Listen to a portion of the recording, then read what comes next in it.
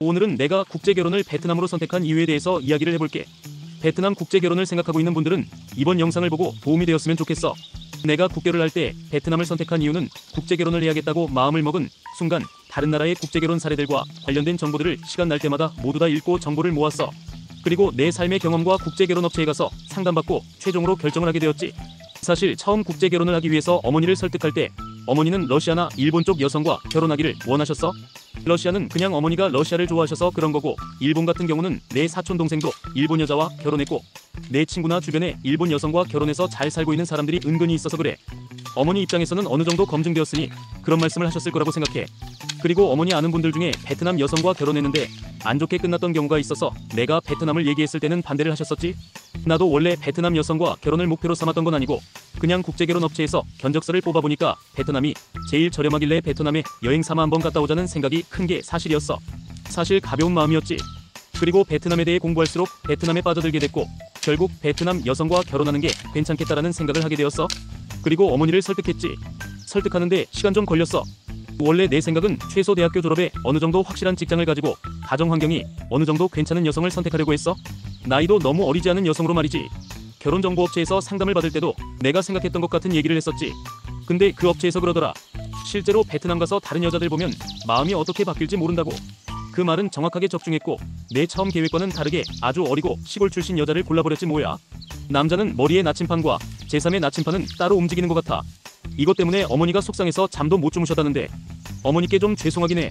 지금은 신부가 나한테 하는 거나 신부 가족들이 나한테 하는 걸 보고 어머니께서도 오히려 괜찮은 것 같다고 생각하셔.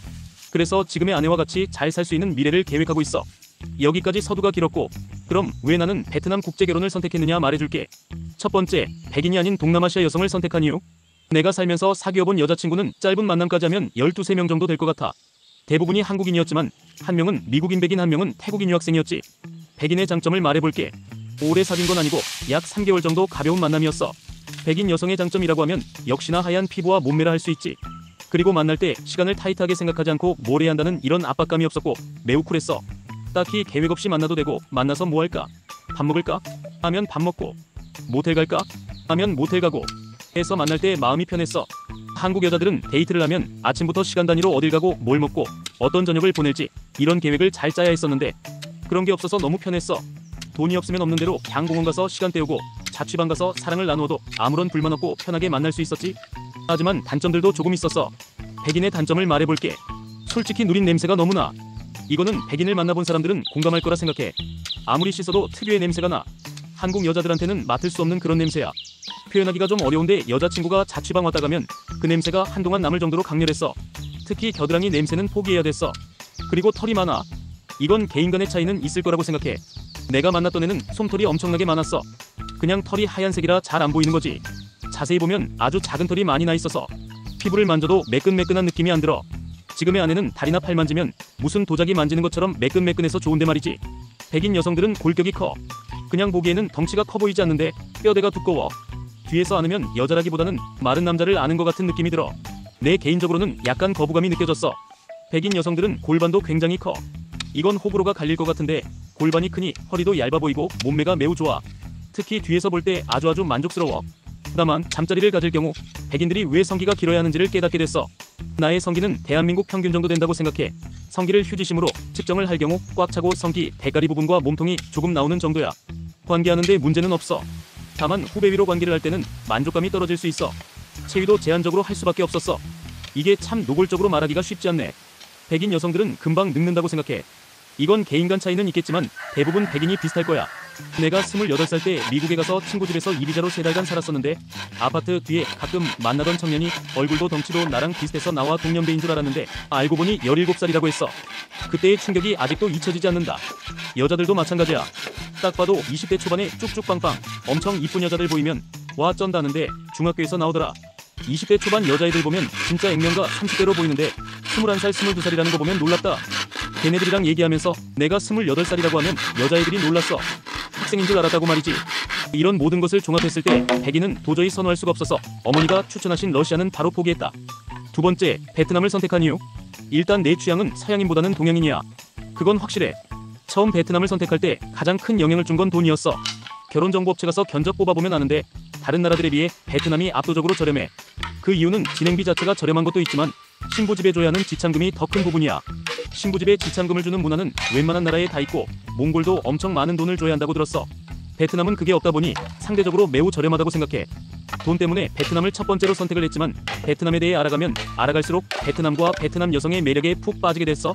유교 문화권이라서 제사와 차례를 지내는 것이 대한민국 정서와 잘 맞고 특히 부모님과 같이 사는 게 익숙하고 또 거부감이 없다는 게 매우 컸어. 나는 예전 여자친구들을 고향집에 데려간 적이 있어. 노골적으로 불만을 표시하거나 짜증내거나 우리 어머니한테 잘 못할 것 같은 여자애들은 결혼 약속하고서도 칼같이 쳐냈었어. 내 부인이 우리 어머니한테 잘하는지 여부가 나한테는 매우 중요한 문제거든. 그리고 베트남 여자들이 생활력 강하고 맞벌이도 잘한다는 점도 플러스 요인이었지. 세 번째, 왜 호치민으로 가는가?